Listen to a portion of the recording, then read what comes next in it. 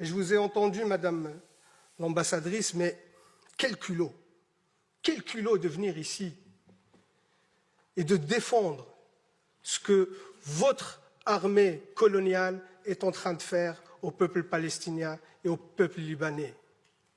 Quel culot de venir justifier vos crimes de guerre et vos crimes contre l'humanité.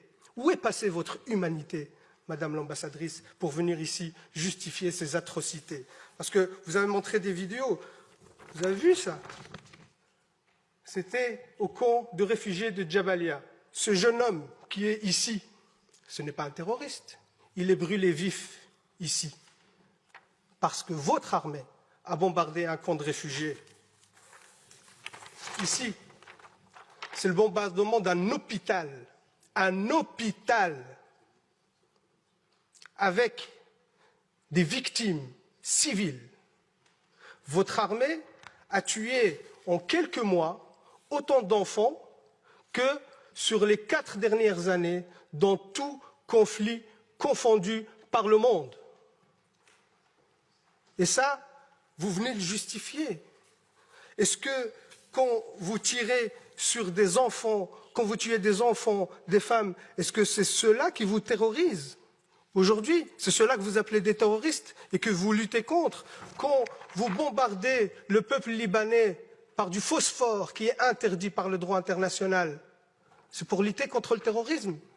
Quand vos soldats, qu'on considère, que vous dites que c'est l'armée la plus morale du monde, quand vos soldats exhibent les vêtements des femmes assassinées et qui font des vidéos de divertissement sur TikTok, quand ces mêmes soldats posent avec leur butin de guerre fièrement et qu'ils sont fiers de tuer des enfants et des femmes, et c'est eux qui le disent, hein, dans des vidéos TikTok, dans des comptes Twitter, ça c'est votre armée la plus morale. Et oui, monsieur de Macht, moi je ne me rabaisserai pas à vos insultes sur l'éducation, ainsi de suite, je vous laisse ces bassesses pour vous, mais par contre, oui, moi je prends parti dans ce conflit, je prends parti pour les opprimés. Je prends parti pour le peuple palestinien. Et ça vous a tellement agacé que je brandis le drapeau palestinien dans cette commission. Je vais le refaire, monsieur de Macht. Ce peuple a le droit d'exister, a le droit à sa liberté. Ce peuple a le droit à son indépendance. Ce peuple a le droit à la dignité. Et vous les combattez. Vous faites un nettoyage ethnique. Vous faites un génocide contre le peuple palestinien sous prétexte de lutte contre le terrorisme, alors que c'est vous, l'armée la plus terroriste dans la région. C'est vous les vrais terroristes. C'est vous qui colonisez la Palestine depuis 76 ans. 76 ans. Il n'y avait pas de 7 octobre depuis 76 ans.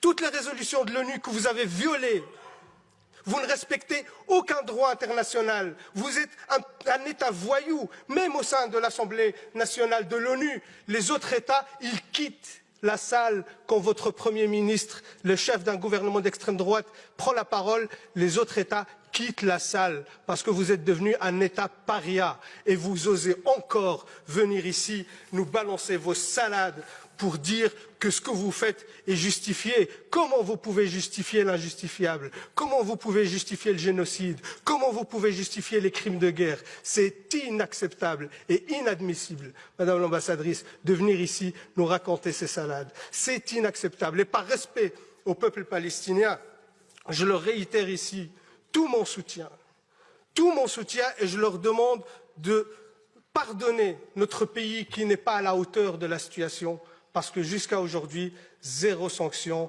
ont été prises contre votre État. Et vous savez, vous avez justifié vos réactions parce qu'on vous a lancé des roquettes.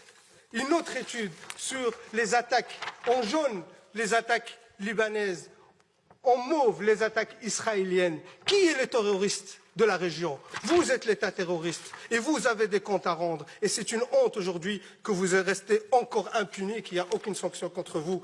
Je termine par là, Madame la Présidente, même s'il y a beaucoup de choses à dire, mais on est limité par le temps, mais je pense que l'essentiel a été dit. Et surtout, ce qui est encore honteux, qu'il y a encore des porte-voix et des porte-paroles dans ce Parlement qui soutiennent cette politique génocidaire, et ça, c'est inadmissible.